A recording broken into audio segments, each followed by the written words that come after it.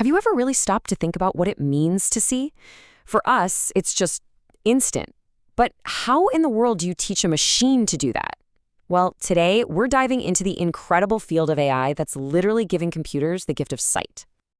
I mean, seriously, think about it. You open your eyes and boom, you recognize a friend's face, you see a car coming, you read words on a screen. It's totally second nature to us. But for a computer, that same simple task is unbelievably complex. So how do you translate our vibrant, messy visual world into something a machine can actually understand? Well, the answer to that question has a name. It's called computer vision. Okay, so here's the crucial part to get. This isn't just about a machine recording an image, like a simple camera does. No way. This is about teaching that machine to understand what it's looking at, to see a big jumble of colored pixels and go, ah, that's a dog, or that's a stop sign. That probably sounds a little bit like magic, right?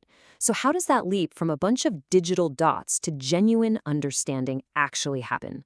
Let's break down the mechanics. At its heart, it's basically a three-step process. First, you feed an image to the AI. To the computer, it's just a giant grid of data, millions of pixels. Then, these really sophisticated machine learning models get to work. They start scanning all that data, hunting for patterns, edges, shapes, colors, textures. And finally, after checking those patterns against thousands or even millions of examples it's been trained on, the system makes a call. It puts a label on it: cat, car, or human face. It's all about turning that raw, meaningless data into actual meaning. And look, this isn't some far-off, futuristic idea from a sci-fi movie. This technology is already all around us. In fact, it's probably in your pocket right now.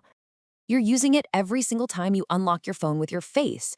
You see it in action when those advanced cars can recognize traffic signs and people on the street. It's the brains behind security systems that can spot weird movements. It's in hospitals where AI helps doctors find diseases on x-rays.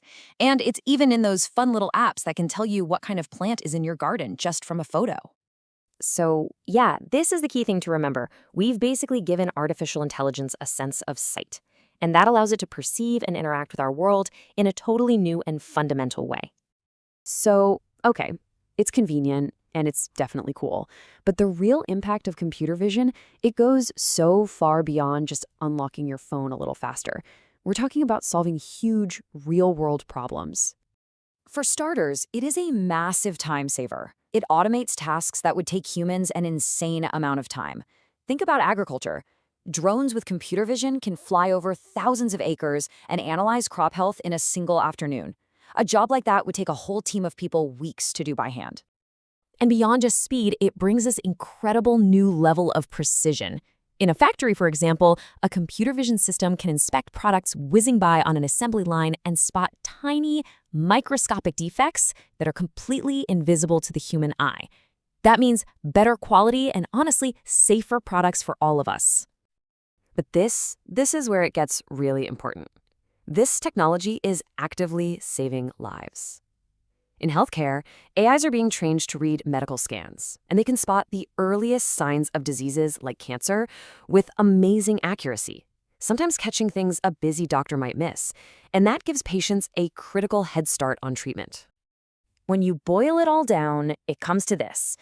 We're bringing the power of human sight into the world of artificial intelligence.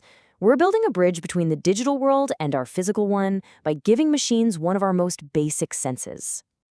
And that leaves us with a pretty big question for the future, doesn't it? As this artificial sight gets more and more powerful, maybe even better than our own in some ways, what are we going to point it at? What problems will we choose to solve? What new things will we discover?